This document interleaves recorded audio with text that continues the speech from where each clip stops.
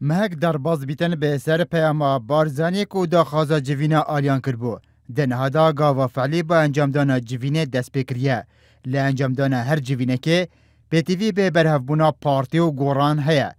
لی 23 حزیرانا دربازوی بارزانی پیامک بالا کرد و تعداد دا خازا جوینه آلیان کرو راگهاند. بارمانجا برهفکاری بو جوینان. فؤاد حسین و کونیونر خوا سردانا آلیان دی دست بکد. سروک دیوانا سروکاتی هرمه. لی دست بکا سردانوی به جوین لگل یک گرتو کمال دست بکره و پشرا دورج چاوه کامیره به جدا گل نوشوران مصطفی و یکتی دا جویا. جوینا نابرا نوشوران مصطفی فؤاد حسین چند پسیار تینا گوره که دیارترین او پسیار جی اوانه.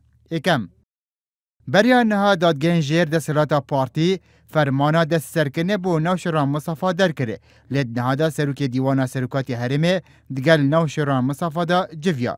دوم بریا نها گوران آماجه پیکت کره بارزانی دم سروکاتیوی تمام بویا و سروکی حرمه نشرعیه لیر خره گشی تفگارا گوران دگل سروکی دیوانا سروکاتی حرمه جوین لدار خست. سیم بریا نها پارتی رد کره چه سردریکت گل گوران دا بکد لی فؤاد حسین دگل نوشوران مصطفی جویا که راست پارده و دیدا پارتی بوچار سرکنه آریشن حرمه اخستیه هم بر گوران.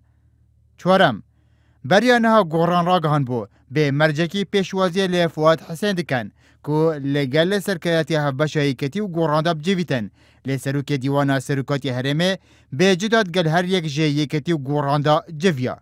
پینجم دمکی دا ناشوران مصطفی لی دروی ولاتی بو بشک جه سرکرده و کادرین دیارین پارتی دخواستن جیانا ناشوران مصطفی لی سیاست دوی پبینن لید نهادا پارتی دخوازه نرینا ناشوران مصطفی لسر چرا سرکنا آریشین حرمه بزانید.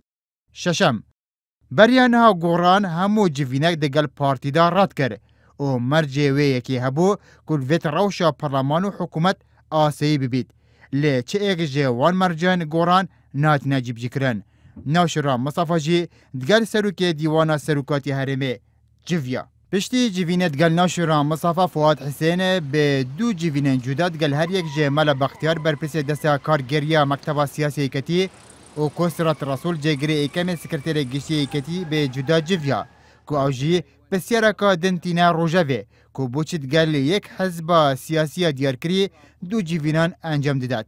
جوینا فؤاد حسین دگل چوار آلین سرکین حرم داوی پهاد لوره بسیار اوه آیا اف بزاوجی وکو توا بزاوین بریا نها دی بی انجام بید یانجی گره آلوزا آریشن حرمه دی تفکرن و جاراکادن دی جوین دست بکن.